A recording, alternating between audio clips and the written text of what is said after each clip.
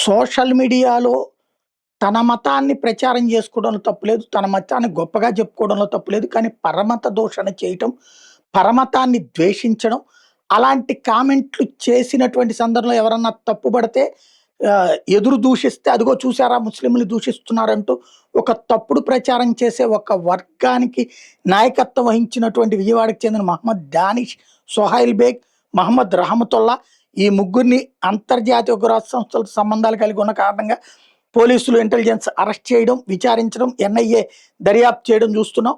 ఇప్పుడు విజయవాడ మళ్ళీ వచ్చి వాళ్ళ బంధువులు ఎవరు, వాళ్ళ స్నేహితులు ఎవరు, వీళ్ళు ఎవరితో టచ్‌లో ఉంటారన్నటువంటి దర్యాప్తుకి దిగటం అన్నటువంటిది కీలకమైనటువంటిది. ఇప్పటికి గూడా ఈవెన్ మన పోలీసులు గుర్తుపట్టాల్సింది కూడా ఇప్పుడు ఫర్ ఎగ్జాంపుల్ నేనే ఒక వీడియో చేశాను. నేను ఎప్పుడూ ముస్లింలని దూషించను. ముస్లిం సంస్థలు ముస్లింలకు సంబంధించిన దేవుణ్ణి దూషించను. క్రైస్తవులకు సంబంధించిన దేవుణ్ణి దూషించను. కేవలం ఆ పేరుతో హిందువులను లేదా హిందూ దేవుళ్ళనో అపహాస్యం చేస్తేనో లేదా తప్పుగా మాట్లాడితేనో అది తప్పు పడతాను. అది కూడా దుర్భాషలాడను. ఎలాంటి వ్యక్తిగత దూషణలకి దిగను. ఇదిగో ఇది తప్పు కదా అన్నటువంటి అంశమే ప్రస్తావిస్తాను. వీళ్ళు చట్టపరంగా శిక్షించబడాలి కదా అని చెప్తాను.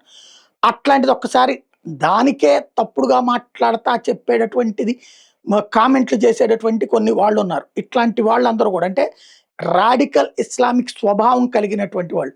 ముస్లిం మతం చాలా ప్రశాంతత నేర్పే మతం అని చెప్పేసి ఓ పక్కన పెద్దలందరూ చెప్తున్నటువంటి సందర్భంలో వీళ్ళు అరాచక శక్తులుగా చెలరేగుతూ భారతదేశపు తిండి తింటూ భారతదేశపు వందే మాత్రాన్ని అంగీకరించు, భారతదేశపు జెండాను అంగీకరించు, భరతమాతను అంగీకరించడం, మేము పాకిస్తాన్ శిష్యులం, ఇరాన్ భక్తులం, లేకపోతే కనుక మాది ఈ దేశం కాదని వ్యాఖ్యానిస్తూ ఈ దేశంలో ఉన్నటువంటి హిందూ దేవుళ్ళని ధర్మాన్ని అపహాస్యం చేస్తూ కించపరుస్తూ మాట్లాడే పోస్టులు పెట్టేవాళ్ళు బోల్డంత మంది ఉన్నారు.